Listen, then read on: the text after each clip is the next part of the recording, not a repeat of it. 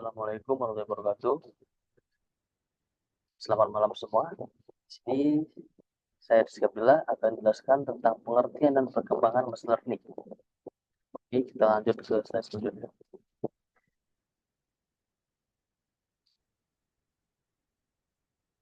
Oke, kita masuk ke slide pengantar. Machine learning saat ini sudah seperti bagian dari kehidupan kita.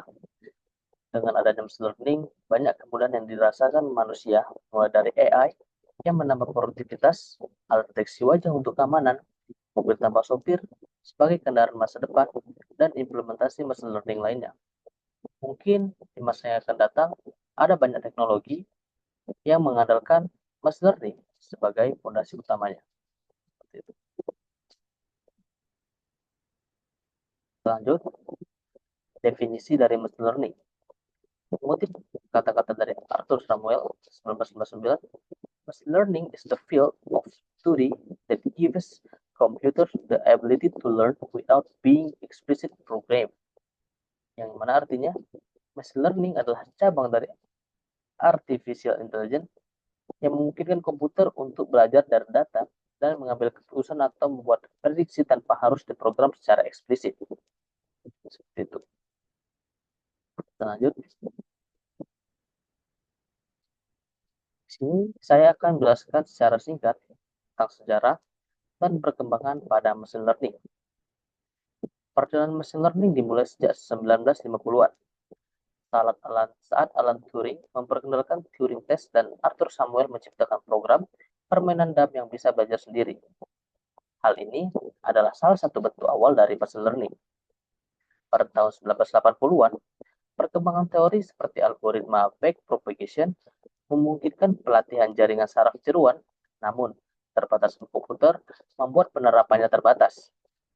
Masuk ke tahun 2000-an, munculnya big data dan meningkatkan daya komputasi mendorong pemanfaatan machine learning di industri. Dengan algoritma seperti SVM dan random forest mulai digunakan secara luas. Mulai tahun 2010, kemajuan pesat terjadi melalui deep learning dan LLM seperti BERT dan GPT. Teknologi ini memungkinkan pengolahan bahasa alami, pengenalan wajah, dari sistem AI yang semakin cerdas. Kita lanjut di jenis-jenis machine learning. Di sini saya akan menjelaskan jenis-jenis machine learning yang ada. Yang pertama adalah supervised learning. Di jenis ini, model dilatih menggunakan data yang sudah dilengkapi dengan label atau target output. Artinya, setiap data input yang diberikan, model disertai dengan jawabannya. Sehingga model belajar memetakan hubungan antara input dan output tersebut. Yang kedua ada unsupervised learning. Di model ini tidak memerlukan data berlabel. Pada metode ini, model belajar untuk menemukan pola, struktur, atau keterkaitan yang tersembunyi di dalam data mentah. Tanpa adanya informasi output yang jelas, model harus mengeksplorasi data yang mengidentifikasi kelompok-kelompok clustering atau pola yang muncul secara alami. Yang ketiga ada reinforcement learning, didasarkan pada mekanisme trial and error, di mana model atau agent belajar dari interaksi langsung dengan lingkungan. Setiap tindakan yang diambil oleh agen akan menghasilkan umpan balik berupa reward atau punishment. Dan tujuan agent adalah untuk memaksimalkan total reward seiring waktu.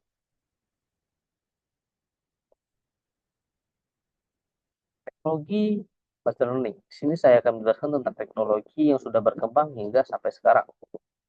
Machine learning berkembang pesat dengan berbagai teknologi mutakhir. Salah satu yang paling menonjol adalah LLM seperti GPT dan BERT yang memahami serta menghasilkan teks secara alami digunakan dalam chatbot, asisten virtual, dan sistem pencarian pintar.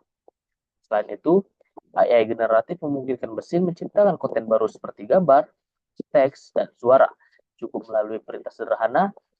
Contohnya adalah ChatGPT dan DALL-E.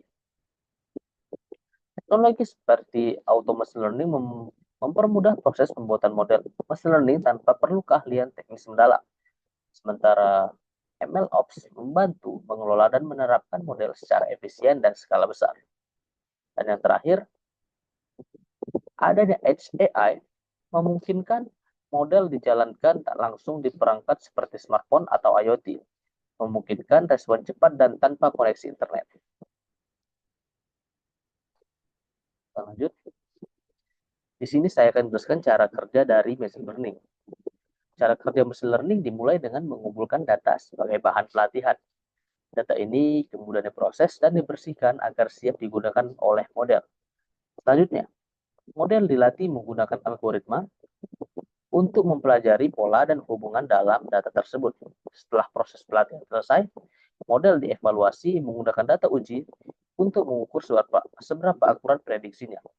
Jika hasilnya baik, model dapat digunakan untuk membuat prediksi atau keputusan otomatis pada data baru. Proses ini bisa diulang untuk disempurnakan agar model semakin kuat dan handal.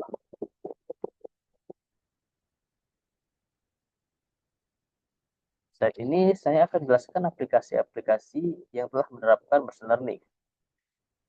Ada beberapa aplikasi yang sudah menerapkan machine learning di kehidupan sehari-hari, mulai dari rekomendasi produk dan konten. Contohnya di platform YouTube, Netflix, dan Tokopedia. Hingga deteksi penipuan pada transaksi perbankan.